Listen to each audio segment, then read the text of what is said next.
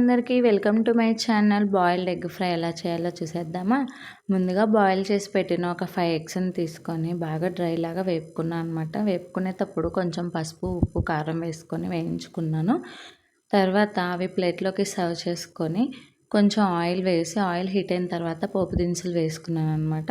పోపు దినుసులు చిట్పట్లు అయిన తర్వాత సన్నగా తరిగి పెట్టుకున్న ఉల్లిపాయ ముక్కలు, కొంచెం పసుపు, ఉప్పు, కారం ఉప్పు వేసుకొని కొంచెం సేపు వేగిన తర్వాత పైన కొంచెం ఫినిషింగ్ లాగా అంటే కరివేపాకు వేసుకుంటే ఆ స్మెల్ చాలా బాగుంటుందని చెప్పేసి కొంచెం కరివేపాకు వేసుకున్నాను. గోల్డెన్ బ్రౌన్లోకి వచ్చిన తర్వాత మనం ముందుగానే వేపుకొని పెట్టుకున్నాం కదా బాయిల్డ్ ఎగ్స్, అవి వేసుకొని కొంచెం కారం వేసుకొని కొంచెం ధనియాల పౌడర్ కూడా వేసుకొని పైన కొంచెం కొత్తిమీర వేసుకొని బౌల్లోకి సర్వ్ చేసుకుంటే ఎమ్మీగా బాయిల్డ్ ఎగ్ ఫ్రై రెడీ అనమాట. నా వీడియో కనుక మీకు నచ్చినట్టయితే please do subscribe to my channel.